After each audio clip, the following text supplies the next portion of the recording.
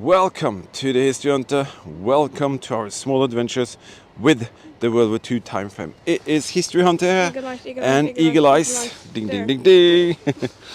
We are out and we want to show you some absolutely incredible World War II history, especially for the Kriegsmarine. And today's little mission is to show you a half-finished U-boat pen.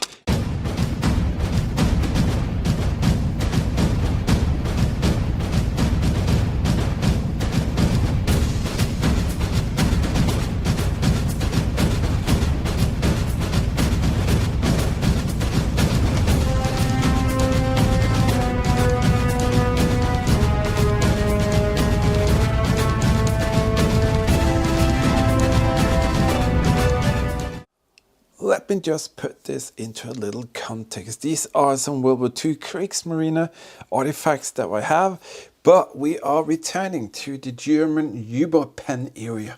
In part 1, if you haven't seen that, I strongly suggest you see it. I'll put a link in the video description here where it says more. Just click that and you will see a video of the first episode when we enter this, and there's also 2 links there for videos when we go with the underwater ROV, a drone in here, and we explore and see if there is something just outside the U-boat pen, and that's pretty cool videos. All right, so today we're going to check out this very special bunker here, which is between 2 of the U-boat pens, and then we're going to check out this one, which is actually my favorite because it looks much more authentic and untouched than the other one. Just a little thing here, if you want to help us out to reach more people, all you have to do is watch the video in full length. Each and every second actually counts for the algorithm, so well, feel free, and if you want to help us out more, you can actually watch more of our videos. But let's go back and see what this place is all about. So that is a support structure, a bunker you could say. It's been covered and rebuilt and modified and everything. That is on our way to the U-boat pen. Now we're gonna go to what we call the ghost of a U-boat pen, and that is because it is very, very much like it used to be. There's nothing kind of special being done to it, but it is right there and it is spectacular. And if you want to see something further back there, just follow us. But let me show you here. You can see this is the support structure on the side here. It's like a bunker by itself. It's so heavy duty built, so heavy duty built. And you can see there's even a workshop on top. That just tells you how big this thing is. I thought I'd show you a picture of what this thing looked like before they did all of the work, you know, put this thing on the side and on the top. So that is basically it. And you can see the railroaders here, they're transporting torpedoes and parts and machinery all over the place. But that is exactly what it used to look like before they did all the modern stuff on it. So are you ready to see something spectacular? This is the unfinished U-boat pen. Nevertheless, it's got some great features. And as you saw, if you watch part 1, or the link that I put in the video description for the other U-boat pen, that's been heavily modified and been a lot of stuff done to. But this thing here is as raw as it can get. And then we can get some really cool details here to look at. First detail I want you to see is how thick the walls are, how thick the roof is. That's like 3.7 meter thick roof, over 3 to 5 meter thick walls in different locations. Look up there, that is spectacular. Let me show you. That is a machine gun lookout position with the steel. Can you see the steel doors? Yeah. There are something poking out, but that's not machine guns, but that is a near defense system. You can see up here that could poke out a little pack gun or a machine gun to actually support themselves. And also in the first one and this one, they had flak towers on the top, and those flak towers were very, very important to protect the structure itself. Yes, it was. But let's continue this little walkabout and check out this massive U-boat pen.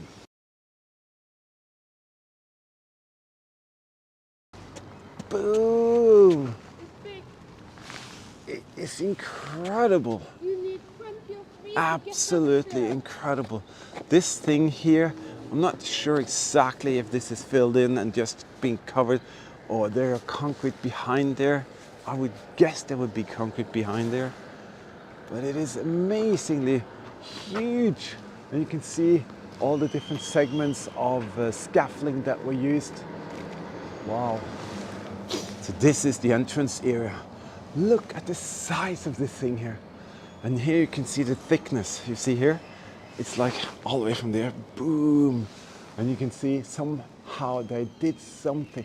You see there's like a channel there with the wooden scaffolding still there. Can you see that? I think that's a trap. Wow.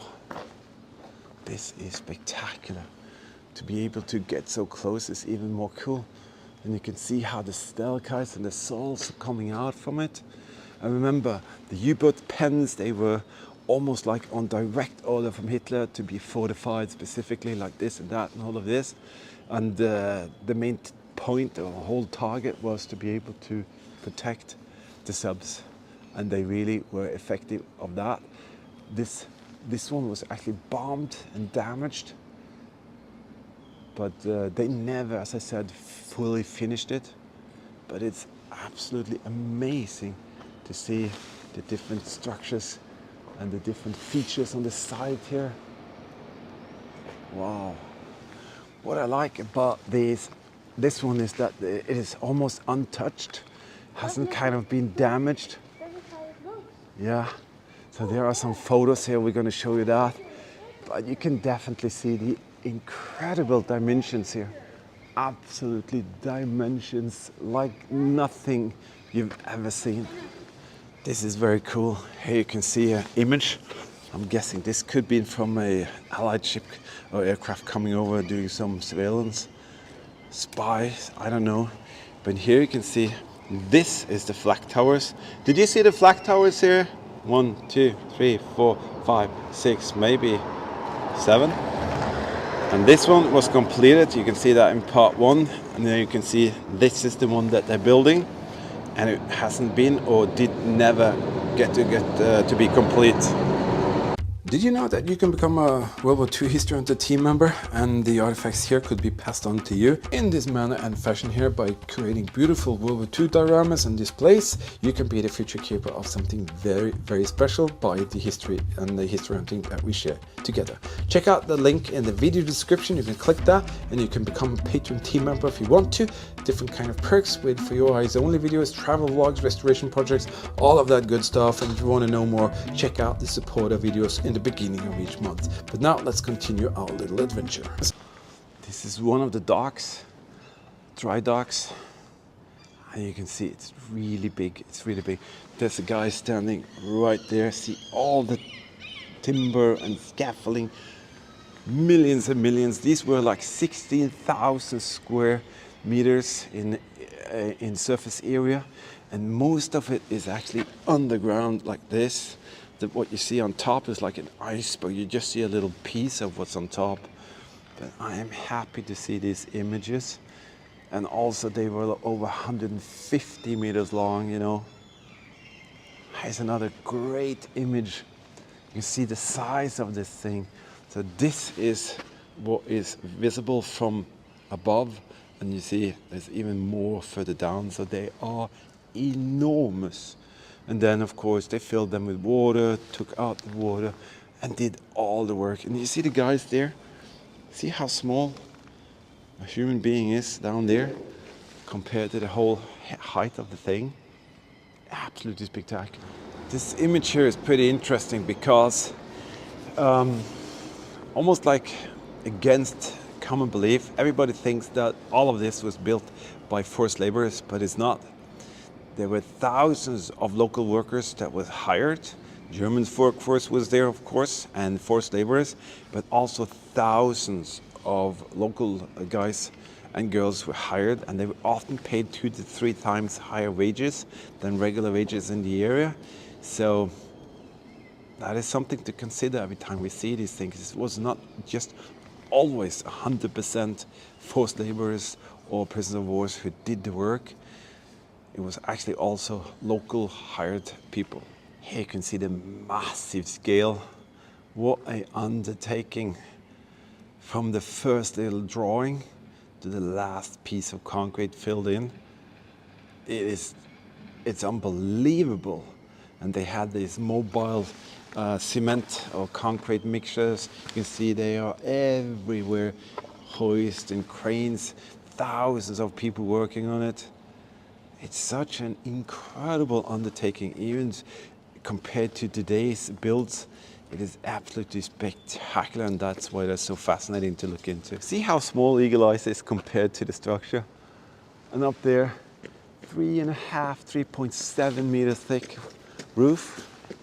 And again, up here, these are the metal shutter doors which contain the near defense system.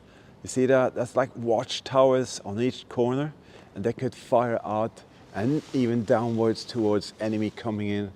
That is a detail that I think not too many can actually get, because you normally just see it as a huge, massive bunker for U-boats, but it was so much more. Inside here there were actually internal different kind of features like workshops. There were different kind of spaces for accommodation, guard towers, flag towers on the top. So tons of features right here. This is a beautiful view of the structure. And believe it or not, after the war, the locals wanted to tear them down. They started blasting this thing here, and they soon realized that they could not use so much dynamite as they wanted, because they would actually damage the near surroundings. So they stopped doing it. So they took away a couple of the docks, they blasted some of the roof, they blasted some of the structures around here. And we're gonna go over there. I think that might have been either blast from that demolition or from the Allied coming in, bombing this area. But you can see again up there, tons of these openings where the guard crews would be. I'm not sure whether these are openings to fire out again, or I'm not sure. But absolutely spectacular, these. They are so big, it's impressive to see. I talked to a guy who has studied these for many years. He said that many places you can find signatures, dates, names, even a small story has been written into some of the boards, which was the scaffolding. And there's also a message. What was that again? There's a message from a guy messaging his mother or something like that, and that's on the inside. So that is spectacular. But you can see here on the top, you can actually see some of the damage up there. So is that from the blast or demolition, or is it from the attack from the Allies? I really couldn't tell you.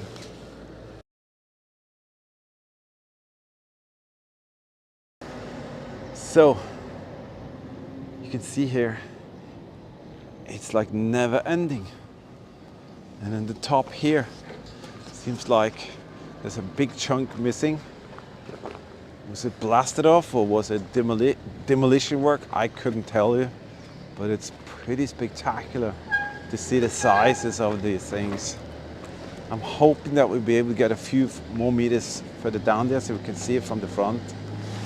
You can see right there, there's a huge chunk missing. Wow, I'm just loving this. And you can see the roof there. As I said, never completed. So just half of the roof seems to have been put in place. Again, very nice man let us come in here, and you can see the dry docks there, and you can see the thickness of what was supposed to be the fully completed build, but it was never successful. So there are different dry docks coming in here. As I said, some of them were blown up, and today it's kind of just an empty shell, and it was never used for anything. And as I said, the locals tried to demolish and bomb it and blow it away, but they were not successful because they damaged the surroundings, and they just quit doing it. And that is cool. That's why it's still here even today. And this harbor hosted a ton of German WW2 submarines, and I'm very happy that we had the chance to come here and actually show this and share it with you. So yeah, it's about experiencing history in a very special way, and that's what we do. We don't read the books and just tell you a nice black and white tale and copy paste. We do the hard work. We do go to location, and we do share incredible stories with you. And you can see there are cracks here in the you see that? There are cracks everywhere. So maybe that is from the explosion, and they just realized that, well, we cannot remove this. And there are cracks everywhere. But as I said, we do go out, we do explore, and we gladly share with all of you. So I hope you appreciate what we do. And if you do, check out this little thing here. It's called Super Thanks. It's a way that you can help us to get out there, get some more kind of mileage and some more gas in the tank, and we can share even more. So thank you for being here. These, it was a stalactites, stagnites, I'm not sure. They will just continue to grow and grow and grow. And I actually wonder, will this thing be here in 1,000 years? Or will it be demolished and reused land for something else? So history is actually right here. You can touch it, feel it. And I love that. I did once read how much concrete, how much rebars, and how many work hours that it took to build the other one, which is in part 1. I can't remember, but the numbers were just like unbelievable, absolutely unbelievable. So I'm happy that these structures are still here for us to see, but for how long, who knows? These guys are having a blast up there. They're saying, this is ours, please leave the premises. Maybe they're German pigeons. This is very special because, as you see, they have integrated the bunker in this building. So they kind of adopted the U-boat pen and actually assembled a building next to it. This is spectacular. They integrated a completely new and modern structure into the sub-pen. That is ridiculous. And here you can really see the thickness of the wall complex. That's not 2 meters. This is at least 2.5 meters, maybe 3 meters. And then this hallway here. Wow, what a special perspective to see this modern there, sub-pen there. So this, you can see it's a shipyard now. And that's the end of the sub-pen that was never built. This is one of the dry docks you can see here. It is actually still filled with water, but it's never going to be used for U-boat, that's for sure. Today they're using it to hoist boats and then do whatever work that is needed on those boats. But once upon a time, this U-boat pen was meant to serve the German Wolfpack. Yeah, the Wolfpack was right there. It's amazing to see this before and after, or then and now pictures and images, and it is spectacular to just walk around there and see those massive structures still standing. For how long, I don't know, but there's something really cool that happened after I got back. It actually turns out that a good friend of mine works or do test work in one of these pens. And he invited us when I talked to him and I said we've been there. He said, well, why didn't you say hello? I didn't know he worked there. So that's going to be very interesting because he's going to take us into some very special areas inside one of the pens.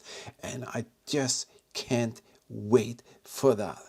I have to say, this history and the very special details around the German Kriegsmarine U-boats and the Wolfpacks. It is absolutely fantastic, to be honest. It's a very special thing to dig into. And as I said, I worked as a sonar operator, and it's just amazing. And I'm happy we could share these very special moments with you. And thank you for being here. And as I said before, if you want to help us out, watch the videos in full length or watch more of our videos. You won't believe how much that is helping us out in the YouTube algorithm, and we can go out and do more, because if you can reach more people will view them, and if you view it for a longer time, we will be better out there, or more out there, just because of that single little thing. All right, thank you for being a Patreon team member. Thank you for donating on the PayPal thing. Absolutely incredibly appreciated, and it enables us to go out and share incredible locations as you saw today. I will put a link in the video description for part 1. As I said, you will find the 2 underwater explore with the Fifish V6 Expert underwater explorers, and you can see how it looks actually just outside the U-boat pen as we dive from here down there. It's a very special place to go with the underwater ROV, and check them out if you want to. Other than that, thank you for being here. Stay safe, keep smiling, and we'll definitely meet you out there in the next one.